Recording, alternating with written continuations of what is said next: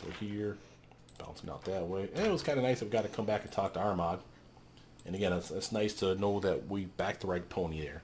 I mean, I was pretty sure that Dagoth was going to be my choice, but I don't remember ever having Armagh.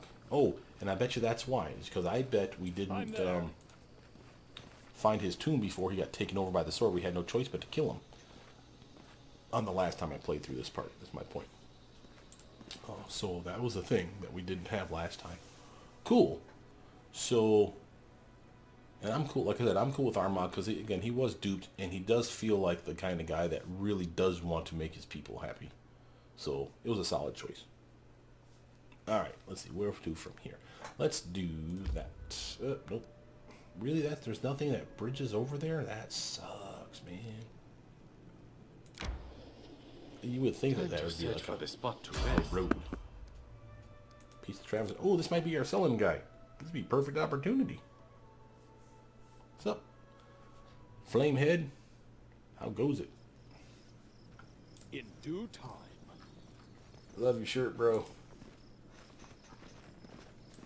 Hate your horse, though. That Great Nightmare looks mean and pissy. Show me your wares. First off, take all my junk. Oh, that feels so much better. All right, now let's do this triage style. We'll keep that for the time being because you never know. But we definitely don't need the hooked hammer. No one's using it. No one's using the comma 3. I don't need both of these flaming crossbows, and no one needs a quarterstaff +2. Armor-wise, no one needs the enforcer robe because we don't have a lawful evil monk. And everything else is good stuff. Although, I really should decide, is this even necessary? Remember, this is basically a ring of deflection +2. Enlarge person spell once a day. Ring-a-ding-ding. And some resistance to electric and cold. And that's nice, but we have spells. Like on a monk, I would give that to a monk before I do anything else. But we have our robe of earth, air, fire, and water. And then we have our Leviathan's gift one. Solid, solid. Don't need that, I'm sure. Don't need these rings. Don't need the charisma 2s. That as well.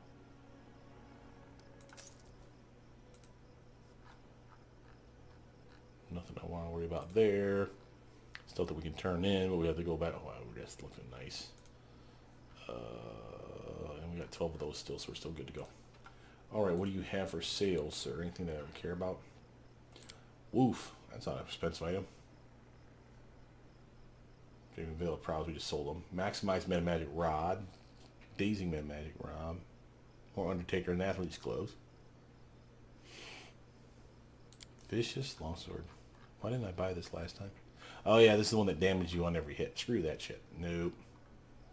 Undead Bane Star Knife, though. And Star Knives are starting to look pretty sweet at the end of the game.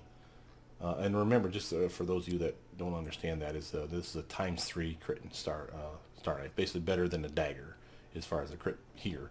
The daggers have a 19 to 20 crit range, though, and they ×2. So this one's not as good for the chance to crit. But when it does, oh baby. That's a mean son of a bitch. And if you want to think about some fun, and I have toyed around with this idea too. Remember, we have a Sword Saint. If you're a purist Sword Saint, where you don't do a monk dip or anything weird, which, again, that's fine. And that my character's not. He's going straight true Magus. For a Sword Saint, their weapon eventually gets the ability to be this modifier here, this ×3, can go up to a ×4. It gets a bonus because they have weapon mastery or something at the very end of their build. It's basically, if you look up on Google, do a Pathfinder, not Pathfinder Kingmaker, do Pathfinder and Kensei. That's Kensei, I think. Kensei build. And it's basically the same thing as a Sword Saint. They just call them something different, which is still solid that they renamed it. But the Kensei build literally is the same thing. And at level 20, one of the things that they get that the other Magus don't is this weapon mastery. That literally, it doesn't call it that, but it's what it is. And it literally gives their auto crit, excuse me. Whenever they crit, they can auto confirm it at level 20, which is amazing because it literally is, if I can crit you, I'm going to crit you. So that's pretty sweet. And then the modifier for the weapon, like I said, becomes 1 higher. So times 2 becomes a times 3. Times 3 becomes times 4. There's a times 4 in this game. I want to say it's scythes are. And if you became a scythe master, scythe saint, if you will, you can literally crit for times 5. But again, it's only crits on a nat 20. And it's a two-handed weapon. But you can do that shit.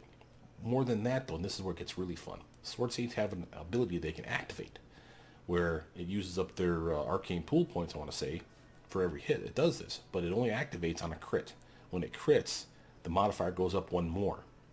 So again, a times 3 weapon like this will be times 4 at level 20, times 5 if I activate that button. See what you just did there? Critting for 5 times the damage.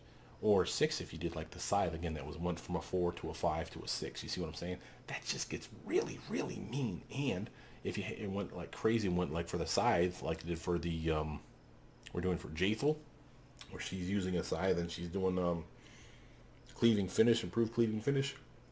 Imagine what happens on a crit. You kill a target and you just swing at everybody in a goddamn circle. And if you're a larger target, like say you have a large person on you, or God forbid you have legendary proportions somehow on your character, which is awesome. You're 2 size categories bigger. You have a bigger reach. So anyone within your range of your reach, you're going to swing at once. And just lopping heads off, man. It gets to be pretty damn sweet. Now, Star Knives are interesting in that while they don't have that great crit range of the decent crit range of a dagger, that 19 to 20, they do have a 20. You can make it keen or have the improved critical for it, which of course, why wouldn't you?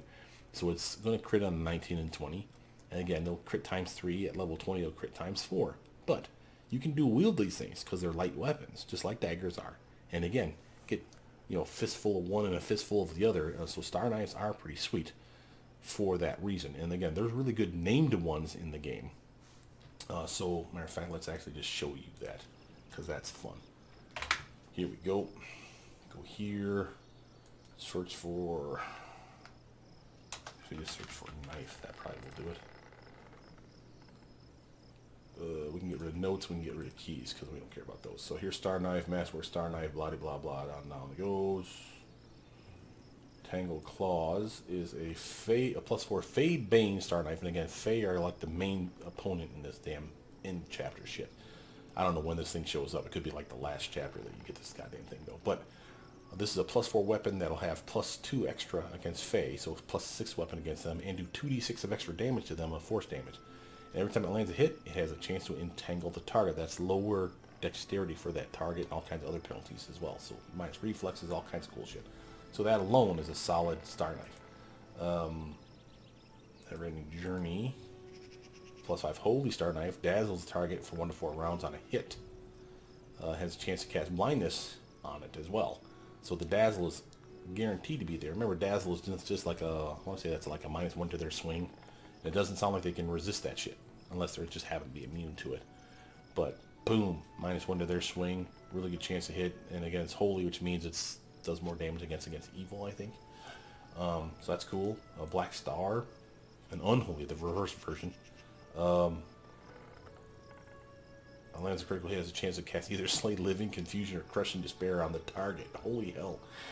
That's pretty wild. And then you got the non-named ones, the Speed Star Knife, Adamantine Icy Burst Star Knife, that's one we just found. And again, other stuff in here as well. And if you don't like Star Knives, another viable option is, spell it wrong, punching daggers. There's not many of the punching daggers in here, but again, I thought about this as an option too, because again, Prehistoric Tooth, +4 Necrotic Burst punching dagger, literally just retarded amounts of damage that you do with this thing. White Flare, other name one, a +3 Brilliant Energy punching dagger. This, by the way, is one of the few Brilliant Energy weapons out there. For those of you that don't know what Brilliant Energy is, this is the one that, if I could activate this as a Magus, by the way, but this one takes, for those of you that don't know, remember every upgrade to your weapon takes a number of points, okay? Eventually you build up, if you go true Magus, let's just say, or at least 16, level 17, you get a +1 to a +5 bonus to your weapon, right? But it can never exceed +5, so this one's already a +3. So only thing I could really add would be a temporary enhancement +2. That means I have 3 points to spare, so that could be a speed weapon for me, because speed takes 3 points. I could make it a flaming electric frost weapon. Each one of those take 1 point. I can make it a bane weapon. That takes 1 point. I can make it a keen weapon. That's 1 point. You see the point I'm trying to make here is you literally have a variety of ways to manipulate your weapon. Only the one in your primary hand, though. Now, I can make it any weapon I'm wielding a brilliant energy weapon if I get high enough level of Magus and I pick this specific thing, which is the Ghost Touch one. So the Ghost Touch actually gives you 2 things. It gives you the Ghost Touch ability, that takes a point, or Brilliant Energy, which takes 4 points. You see what I just did there? That's 4. Not 3, not 1, not 2, 4. So again, if my maximum enhancement is +5, now I've taken 4 of those points away. The best I could make this is a +4 weapon. 3 plus my temporary 1 that I just added. And then I made it a Brilliant Energy weapon. But it's already a Brilliant Energy weapon. You see that? That's the biggest expenditure you have. And it's a solid +3 weapon to begin with. So you're doing pretty good. And again, if you don't like that as an option, you type in Brilliant up here. And watch how many Brilliant Energy weapons show up. Of course, if I type it right, that'll help. We got Shiny Scale, that's armor. Brilliant Inspiration, Menace, here we go. Dueling Sword, Brilliant Energy Dueling Sword. Now that's a solid weapon though. And again, Dueling Sword. This is the one that a lot of people like to pick for a sword sync, because there's a lot of cool shit you can do with the Dueling Sword. But this crit range on this is just like any other sword. It's a 19 and 20. It's not the crit fishing 18, 19, 20 that everyone shoots for. But again, the fact that it has Brilliant Energy built into it, and it's a solid +3 weapon to begin with, it's a good weapon. Remember, Brilliant Energy weapons attack as if it's a melee touch attack. That's why you want the Brilliant Energy buff, because you're just like chopping through their freaking armors like their armor doesn't even exist. It's an amazing way to hit stuff. Now, of course, against dex-based characters, you're going to get hosed, but there's ways around that too. So again, this is still a solid option. So there's Menace. There's this non-named Agile Brilliant Energy Hand Axe +1. But again, that's a +4 bonus right here. And Agile, which means if you're a dex-based character, and you probably would be, you get to add your dex modifier to damage, right? So again, pretty solid. Brilliant Energy, +4. Now we're talking, that's a solid one, unnamed, but hey, that's pretty sweet. Fearsome Full Mace of Quirk, that's not one. It's just a brilliant here for the description. But a Destructive Brilliant Energy Elven Curve Blade +3. I don't know what all that means, but that's just a beast. So you got a +3 weapon, a good crit weapon. Sadly, it's a 2-hander, and you have to either be Elven or, again, as a sword set, you get to pick whatever weapon you want. So you could get this for free. But the Brilliant Energy is nice, but I forget what the Destructive means. Oh, that might be better crit range or crit multiplier. Ooh, that could be awesome. And then a White Flare, which we just saw, my Punch Dagger. And Brilliant Energy Keen Dagger +3. Now that's not bad. Unnamed weapon. Remember, we go for named ones because usually they're good, you know, but there's still solid choices out there for just generic shit. This is a +4 bonus that I didn't have to add to my weapon. It's Keen, which means instead of it being a 19 and 20 crit range, it is literally a 17, 18, 19, or 20. That's the best it could be. And it's a +3 dagger to begin with. Really easy to hit shit with that. And again, I can buff it with all kinds of stuff now because, again, I don't have to invest in this +4 penalty. So I can literally give it, since I have a 3 here, best case scenario, I would be able to burn up 3 bonuses on it. And still get a +5 weapon by the end of the buff. So what could I add to that? I can make it a speed weapon. Right there, that's 3 points right there. Poof, done. Or, if you don't like that, I can make it a Flaming Frost electric weapon. Or, for me, I'd probably make it a Bane weapon. And since it's already keen out, you have to do that. So I could do, again, a Bane, a Fire, and a Frost combined. So, again, those are 3 points total. And then I'd have 2 temporary points added to that, so that's a +5. See what we just did there? The best possible weapon I could, quote-unquote, make it. And again, it's just slicing through armor like it's butter, because it's treating it as the armor and shield bonuses not being there. It's all touch attack. Just amazing damage. And again, that's a solid upgrade. And then Planar Hunter, this is the only ranged one that I know of. 3 Outside Bane, Brilliant Energy Light Crossbow. And if you want to find a weapon, I think this is the one. If you want to find a weapon that, if for those of you that are old cartoonophiles like me, you remember the old Dungeons and Dragons cartoon? Everyone remembers from Saturday. Freaking awesome, right? The Energy Bow. I think this is the one that looks just like it. If it's the one I think it is, it looks just like the Energy Bow that he has. Like, it literally is glowing and everything. It's just freaking sweet looking. So, anyway, rant over. Point is, though, that there's a lot of really good stuff that you can do with weapons like that, is my point. And now that we've sold stuff off, we're light again. We don't have to go back to the castle or back to our territory just yet. We can go back to exploring. Sweet. That was a pretty sweet upgrade for us. And again, we're doing great on cash. Doing good on XP. I did want to teleport, though, because I wanted to go turn in that story, though, didn't I? Time Yeah. to search for the spot to rest. Everybody's tired anyway. I guess we'll continue to here teleport over, rest in our capital so it doesn't take extra time.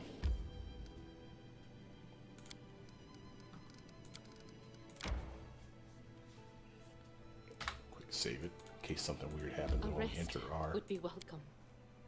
throne room. We have a library. Did you see that?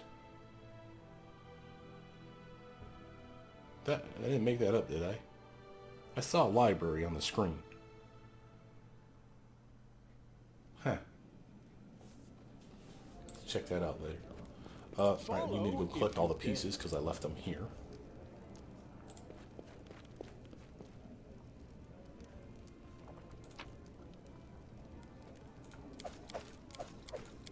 Since we got more pieces, let's actually just collect this stuff for the time being.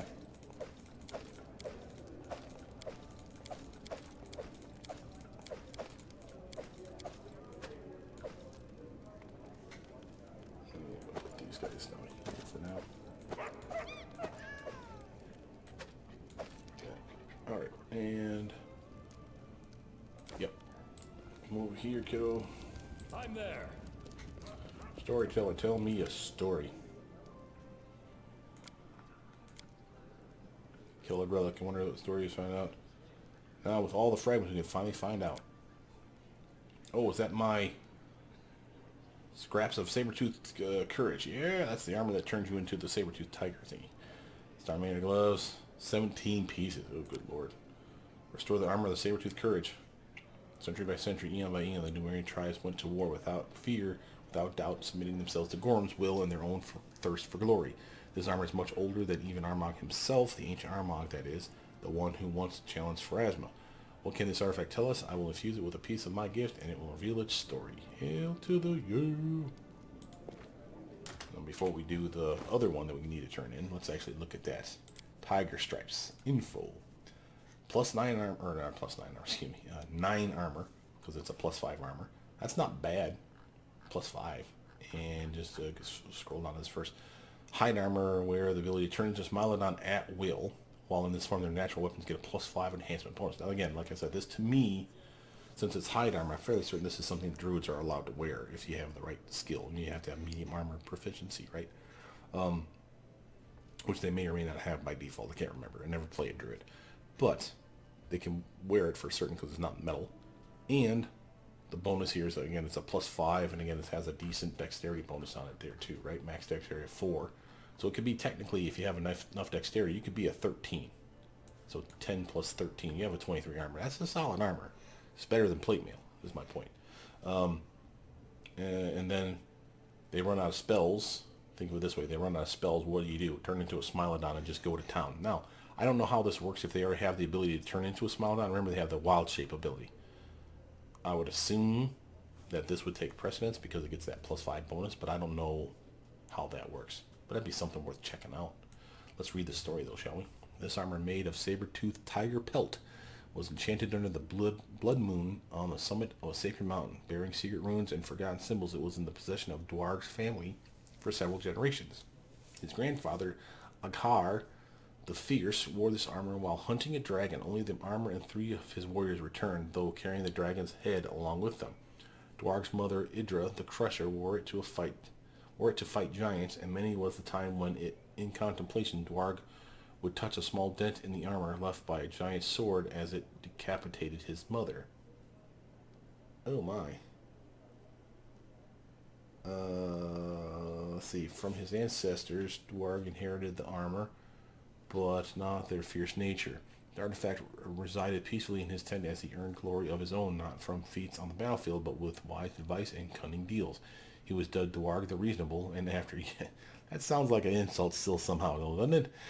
Dorraj the Reasonable, and after yet another chieftain met his glorious death on the battlefield beside 100 other warriors, the elders chose Dorraj to be their new leader. There were many who were less than happy with Dorraj's leadership. Under his rule, there were fewer glorious victories and epic battles. They took to calling him a chieftain. Oh, what a dick. Claiming he betrayed Gorham. So it surprised no one when he was challenged by a young fighter with burning eyes known as Armagh. Oh shit, this is the real Armagh now. For the first time in many years, Dorraj donned his family armor, stepped into the circle, and clenched his sword in his wrinkled hands. He'll be their ruin, he thought, as Armagh's blade pierced his long rage-free heart. The new chieftain threw the corpse of the old, still clad in his family armor, to the Smilodon. Songs of Armagh's deeds are sung to this day, while the same of his predecessors were forgotten for thousands of years. That is, until heroes and sages of a new era restored his armor. Well, all right. Armagh was a dick. We already knew that. But it's still cool. Again, it could be something that you could, slap on a Miri. And it'd be better armor-ish. I mean, it'll be the same armor. 8 and 5 is 9 and 4. And she doesn't have 5. So, technically, it is better for her. I mean, it's mithril, though, so it's lighter compared to this.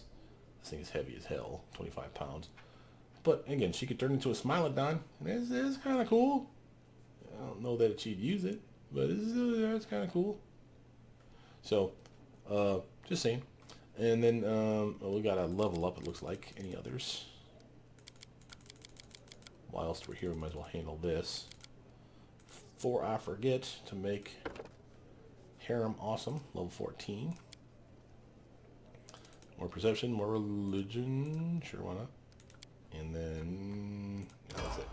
So spells for him, though.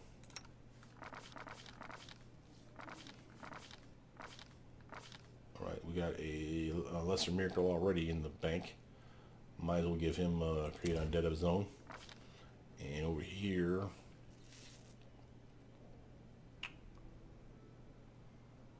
we got a couple heals, harm, banishment. No.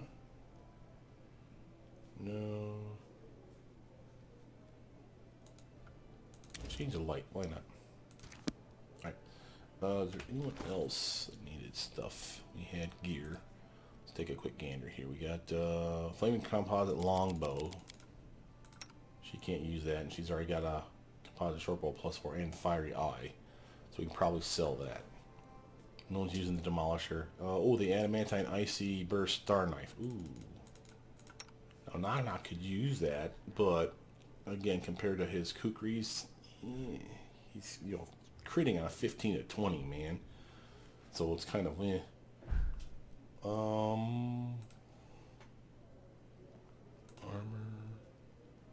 Oh, we do have a necklace though. He already has a +3 from that. Who else might need that necklace? Here we go. Upgrade. And I'll give you the athletic gloves, sure, because why not? Well, screw that. I'm keeping that on me because if we go to Pitax, there's a massive XP dump for passing athletics checks, mobility checks, and trickery checks, and everything else. So you want to have any gear on you that buffs those things. You want to have that in the kitty.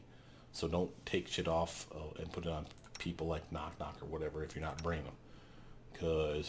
And he's fun, and he's very good to have on that particular mission, but our mercenaries are equal to or better than those cases. So we don't want to get crazy.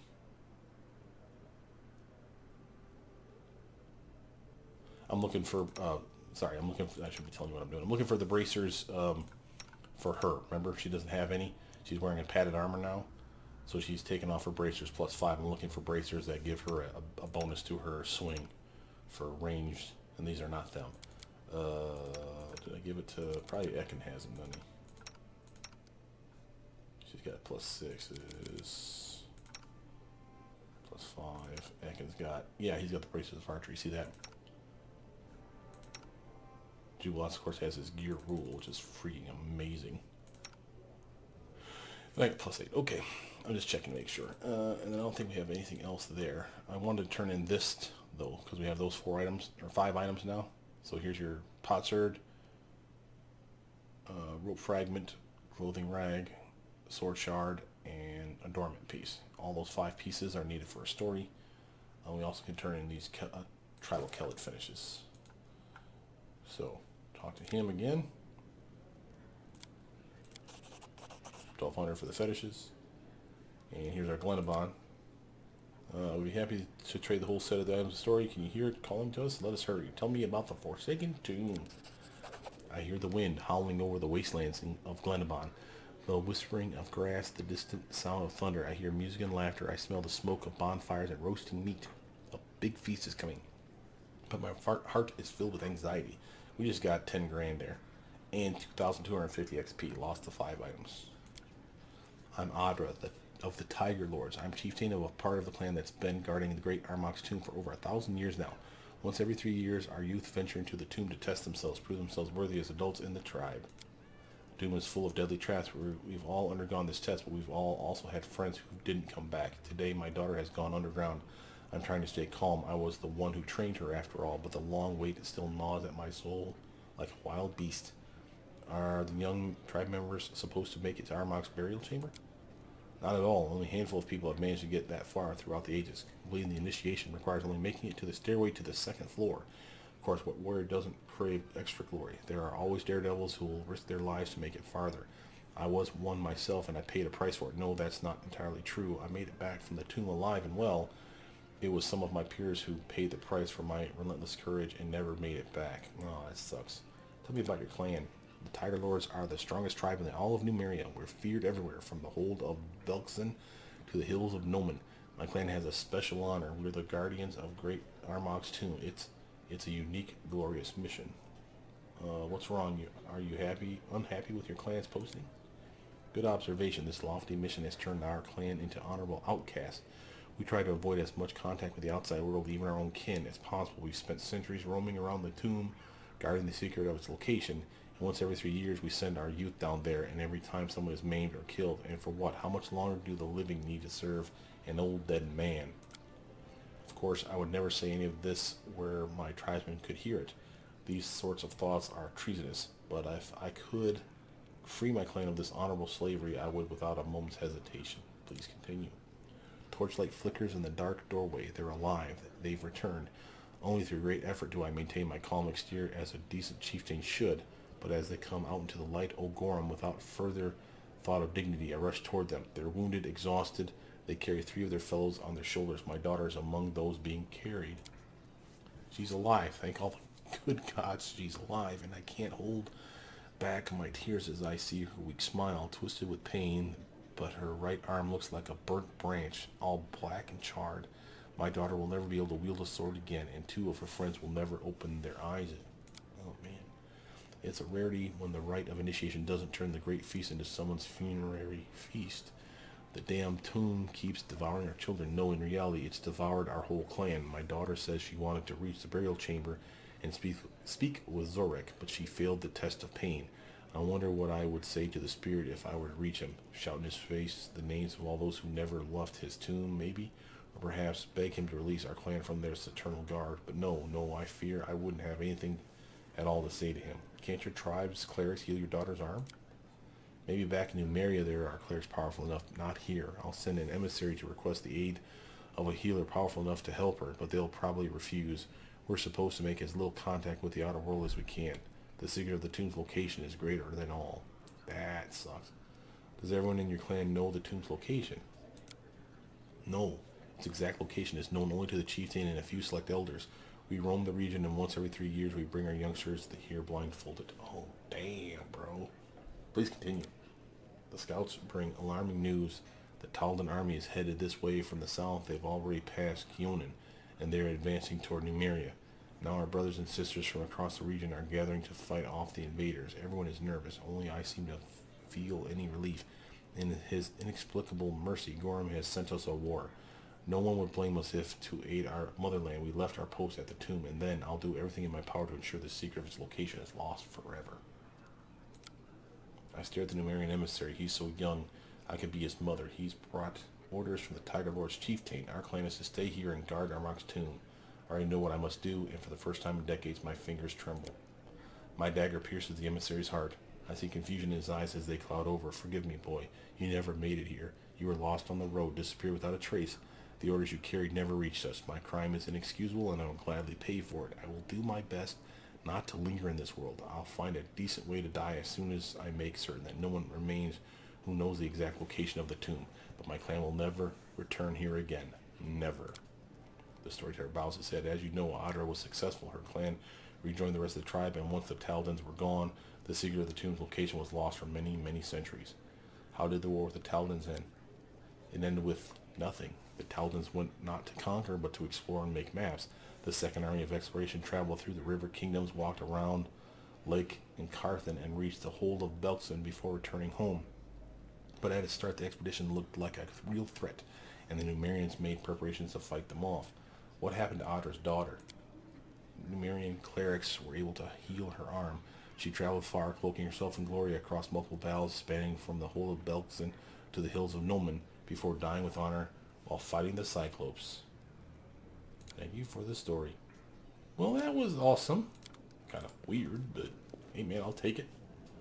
Quick save on that. We gotta come over here. I do what I must. Want to see how much time we have before the DC check. That was weird, man. That was an interesting story, though. Oh, we got a day. Oh, and it's going to pop tomorrow. Okay, so it's good that we did our quick save. So, resting will be enough to burn the day up. And we'll see if he made his check. I'm off. Wish me luck.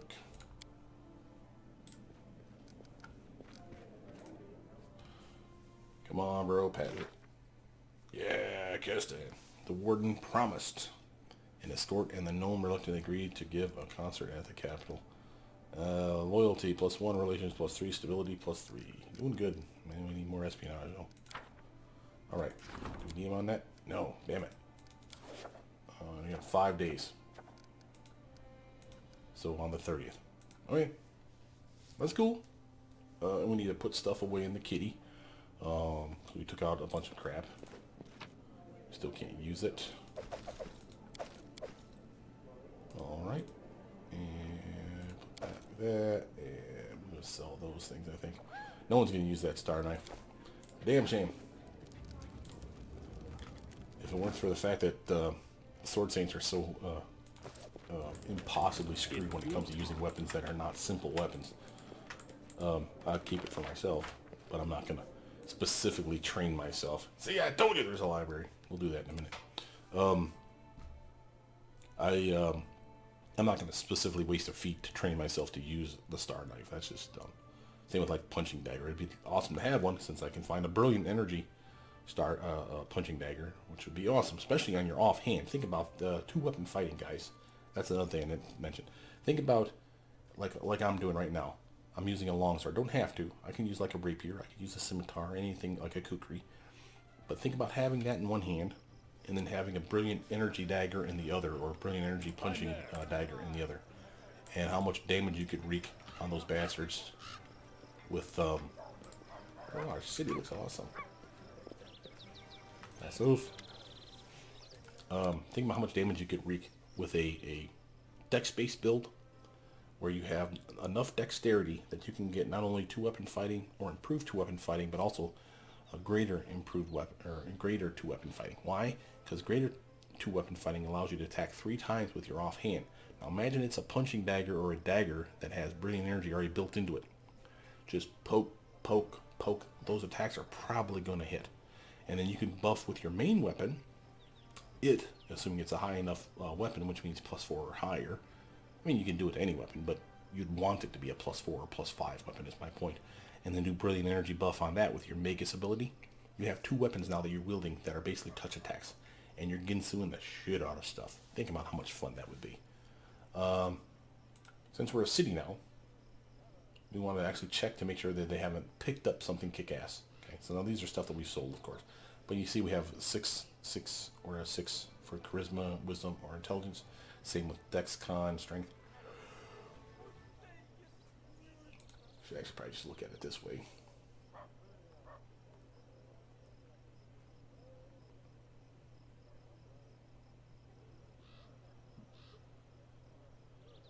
I'm looking for anything that might be interesting to me, guys. I think this is all stuff that we've sold off. Breastplate of the Afterlife. Passion Shield. And again, highest to lowest. Saw all this stuff already. Metamagic rods, though. Lesser Quicken Metamagic Rod. Does she have... She has one, right? Rod of the Fearless. And does she have one? She does. Okay, good. I was about to say, if not, I'm going to buy her one. Because they both get sneak attack, remember? And that trick works on this or the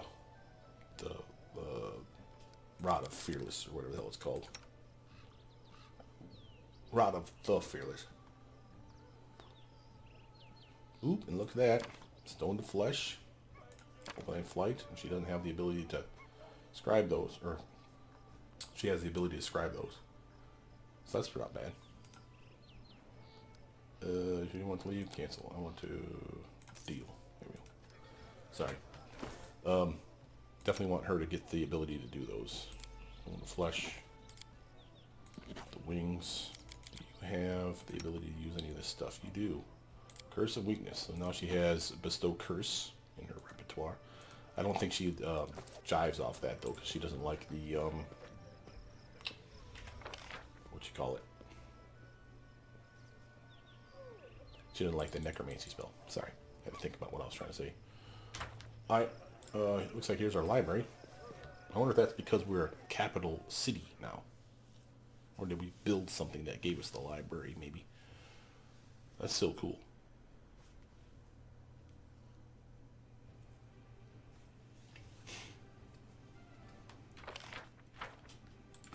We have stuff here. I do what I must. Secret Overlords, the essence of the world order. And by the way, this section here, I love this. This section here is for all the backers for the game. So these are the names of all the people that kickstarted, helped them kickstart this game. So you can go through all of these if you want to find your name, if you've actually donated. I don't know if it's all of them or if it's just people that made a certain dollar amount. But still, that's very cool. And I hope they do the same thing in the next one. Because it's nice that they get a little recognition. I mean, yes, I know you get the game early, you get it free, you get cool stuff. But it's still one of those where it's kind of nice, right? I'm just going to go through and grab all the books that I find. And for those of you that did, that it might be silly enough to watch my video and that did participate in this Kickstarter and the Kickstarter for the next one, thank you very much, guys. This is an amazing game. The devs have done a good job. They did their best to solve problems as game-breaking glitches were rampant when it was released. But I think they've learned a lot, and I think that this next one is going to be infinitely better upon release. I am never wrong. And be worthy of the name Pathfinder and Owlcat. So, like I said, solid game here, guys. They did an amazing job, and they should be damn proud of themselves.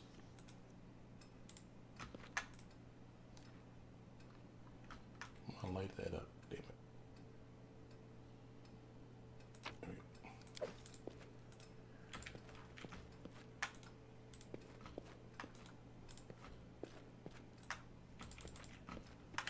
Follow if you dare. I mean, it's a big ass library. This might actually be everybody that actually invested in the game, even at like the dollar level, because this is a crap ton of names. In due time.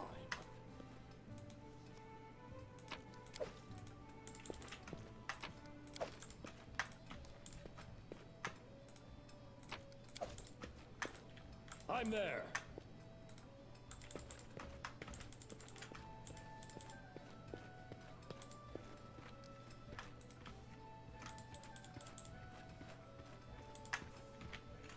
Great kings and queens in the past.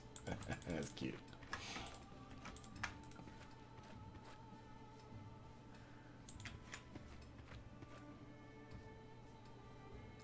Hey, what did I say? King Magnus was a prominent ruler and famous collector of folklore. He gathered, studied, and published many books of fairy tales and ballads of various creatures that lived in the Stonelands. His goblin poetry collection soon became an international bestseller. Well, all right, buddy. Oop, this one. I do what I must. Want that thing? Give it to me. Give me.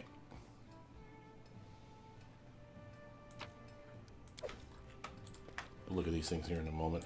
I'm not going to read them all. There. I just want to see what we're picking up here, because I'm fairly certain that this is like story related in some way.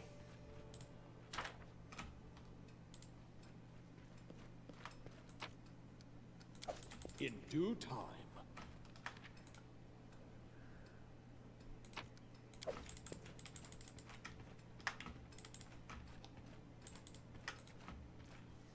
The Codex, this mysterious book written in an unknown language, is thought to be the codex of some secret society. The abbreviation RPG on this cover does nothing to illuminate this mystery. Follow Damn, the if you dare. RPG mystery lengthens. That's cute.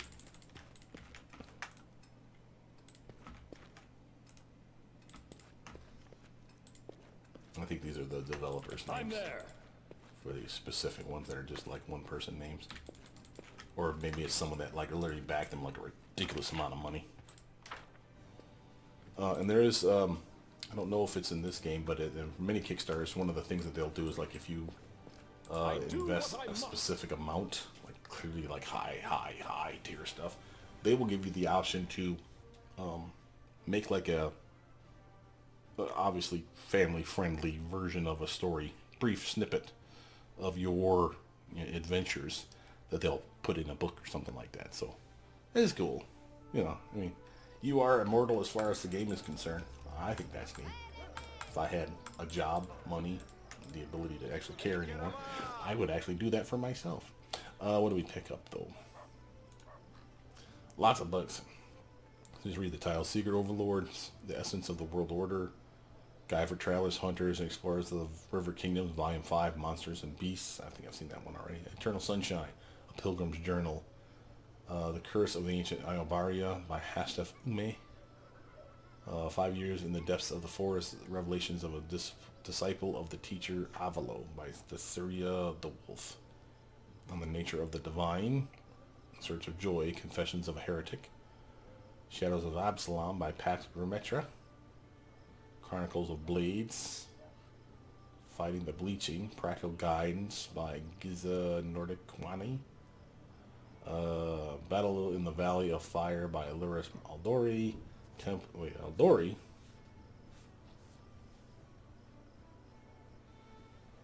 The Aldori Swordlord? Oh, that's cool. Temple of Roses by Elistin Ocenaria. 1,000 Revolutions. Cool, man. Alright.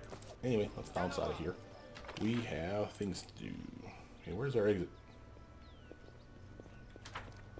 Still here, right? Okay.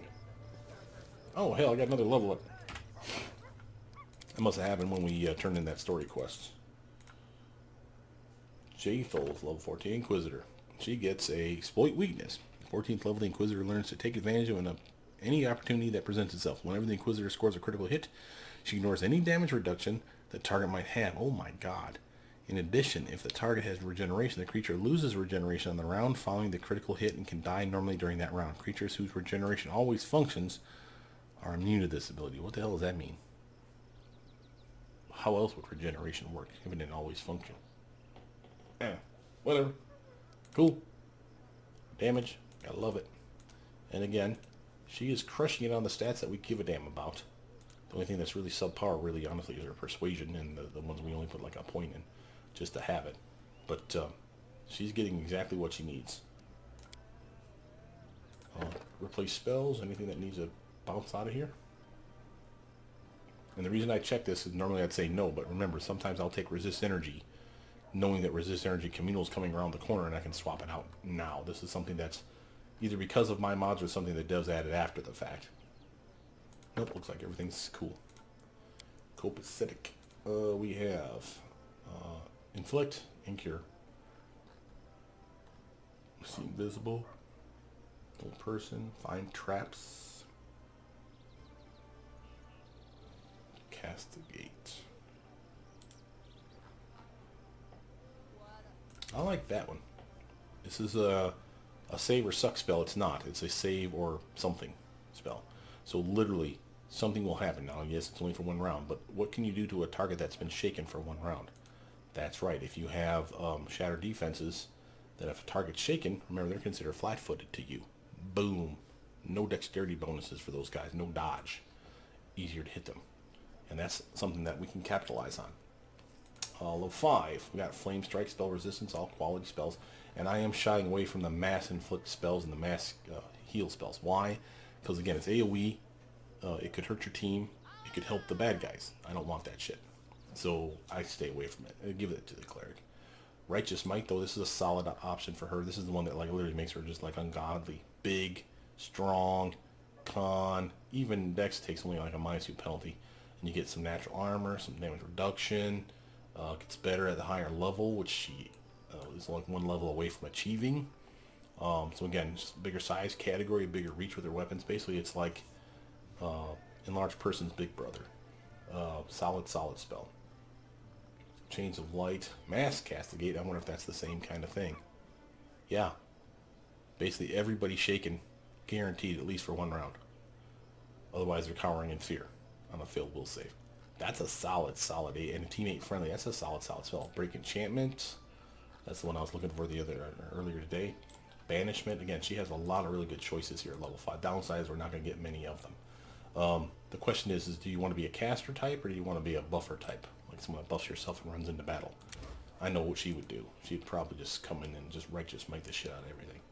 But again, there's all good stuff here. And again, if we're still fighting undead, Disrupting Weapon is a solid buff.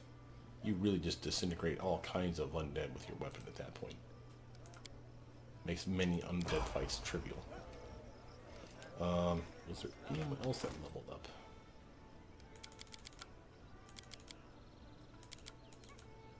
Nope. Alright. Moving right along. I know it says that she wasn't done, but the game's sometimes a little slow on that stuff. Alright, so what we got? We got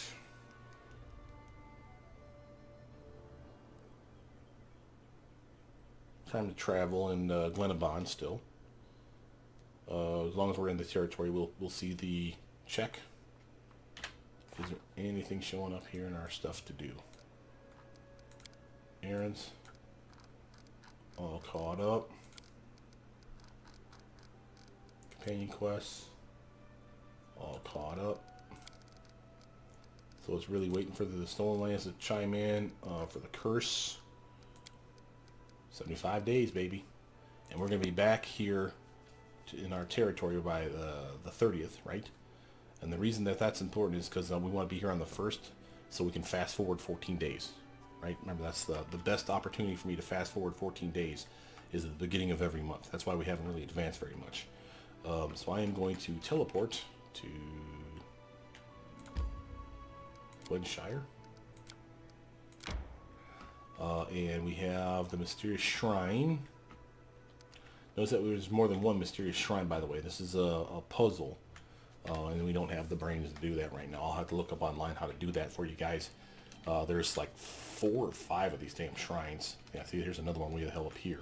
If you do all of them, you get something. I don't know what, but something cool. So I'll look it up to prove to myself that it's worth getting. Let's hit Country Road. Quick save, of course.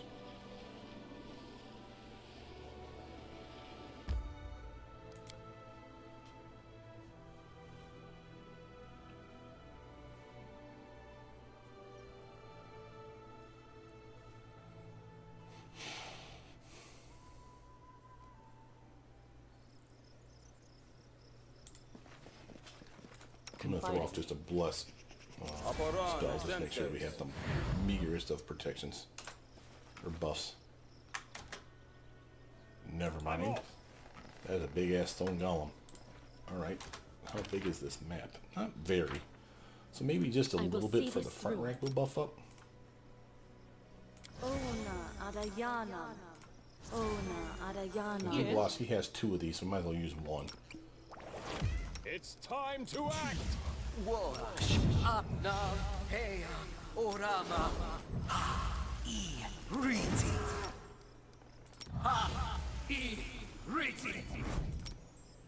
Okay.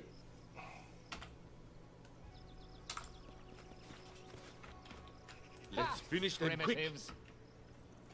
Remember, the fact that we have pets is a ridiculous bonus for us, and of course I just screwed it up already.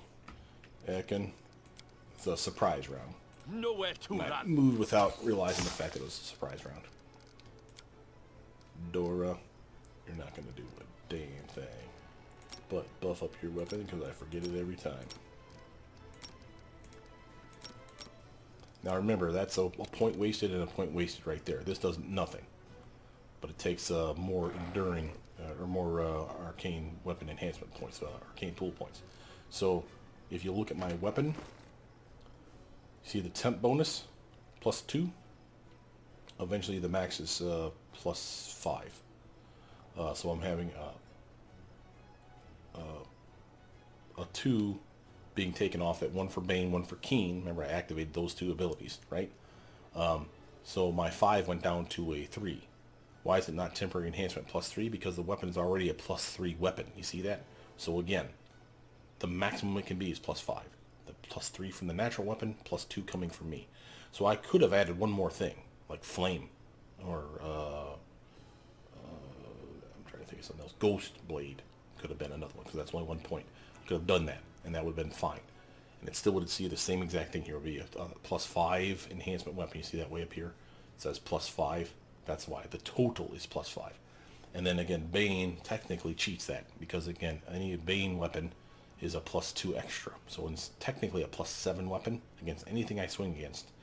And then it does 2d6 of extra damage because of that Bane component to it. So Bane is really, really OP. Definitely recommend, if of all the things you could possibly pick, if the only weapon buff you pick is honestly Bane, you have made my day. But again, it's like, you only get it like level 15 or some shit, so it's very late build. But definitely worth having, it's still. I wanted to activate these. And my turn. Oak Bow, just come over here. I don't know what this thing can do to us, but I don't want to see it. So let's 5-foot stutter step. Do it right this time. Get some skeleton on this jackass. Hey buddy! You friendly? Because I don't think you are. Will they ever learn? He's got some decent flat-foot armor. 20 natural armor. Oof. Proto. Oh, that was a waste. Eliza, now is your turn. Just blast his ass. Fire. Did 8 damage. Just trying to see if there's another one around here. I don't want to get ambushed from behind or some shit. Come over here, Akin. Unload on him. True. Here's some damage. There's some more damage. Apparently he doesn't like acid. Alright, buddy. You did what you were supposed to do. Dora, I want you to delay past the skeletons. Oof. Oakbow, you can come over here, though, and jump this doofus ass. With a big-ass knockdown. That's what I'm talking about. Tristan, come over here.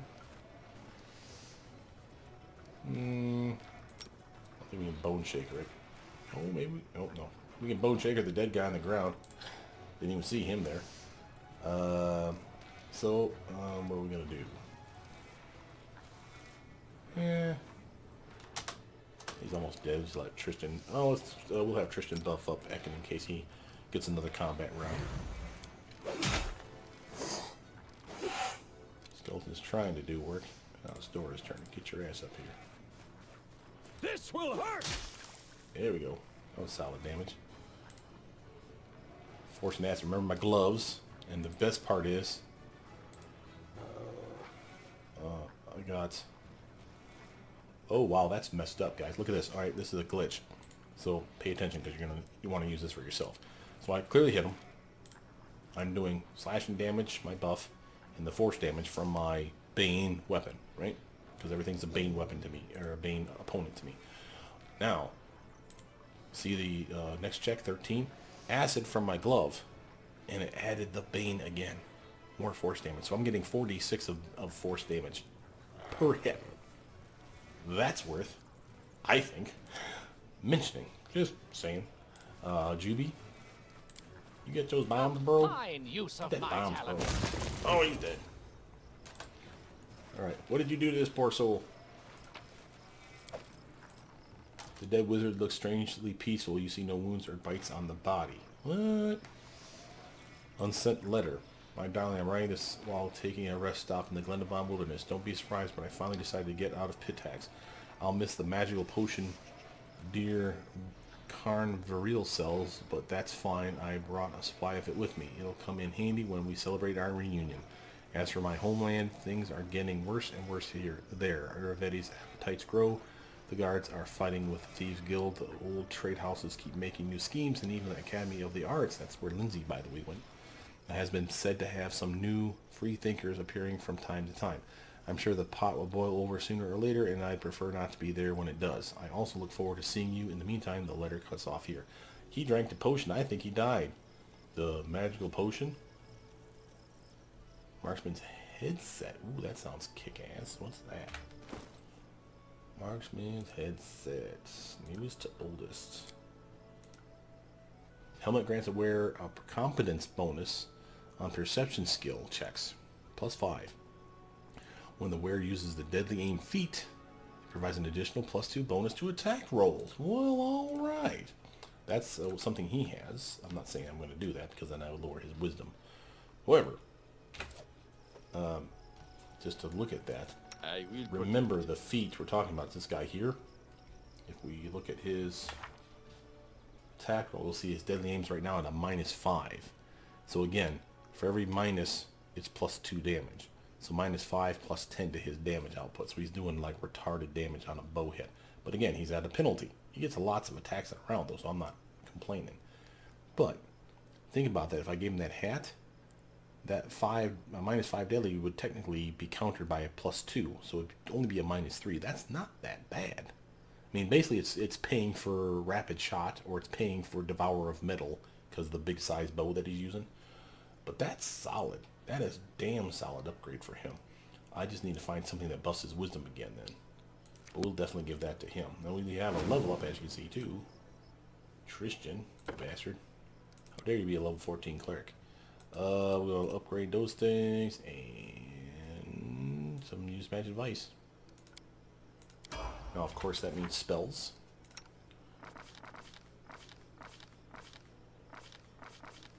Okay, so for here, let's take... Now he has to hit check with that. Remember, he's still blind, so he's missing like 50% of the time. I would do this, but he's not a meleeer, because that's a +4 sacred bonus to strength. That's a huge bump. Actually, I should probably put that on Harem now that I think about it. Get another huge elemental, and instead of it being just a fire one like this bastard, I could pick. The earth one's mean. The water one's mean. Hell, all of them are mean.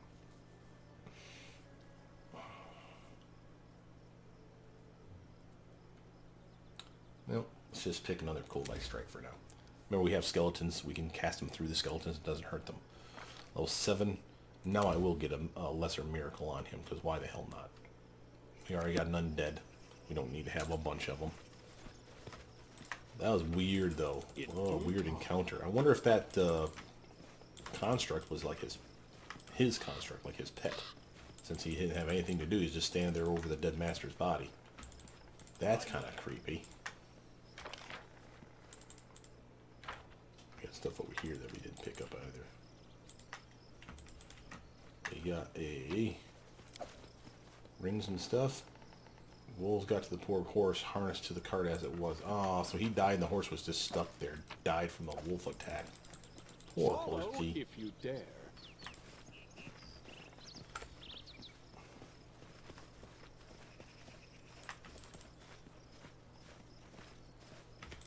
I do what I must. I'm actually kind of surprised we haven't seen wolves then.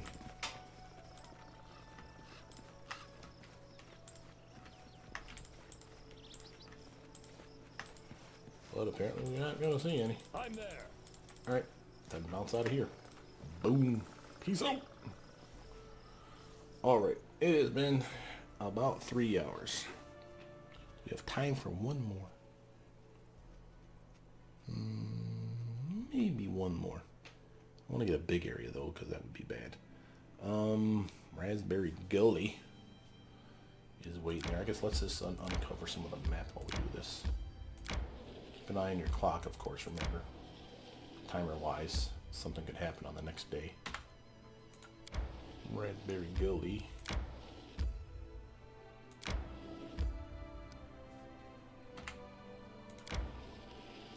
See?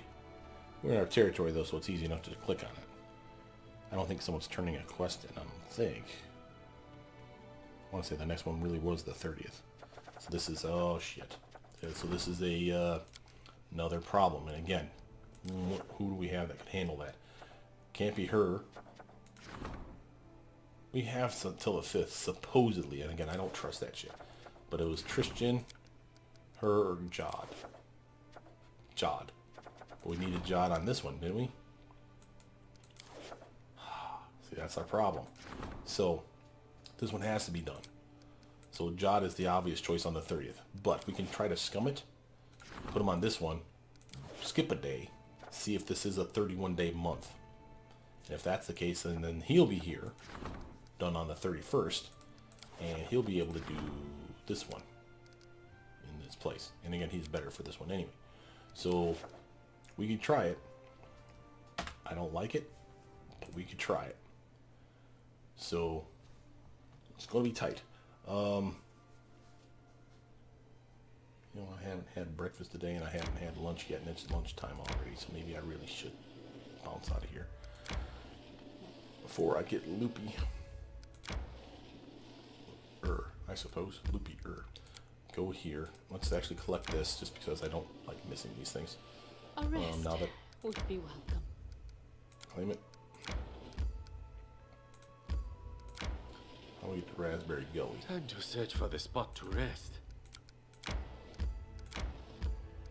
I think we rest here.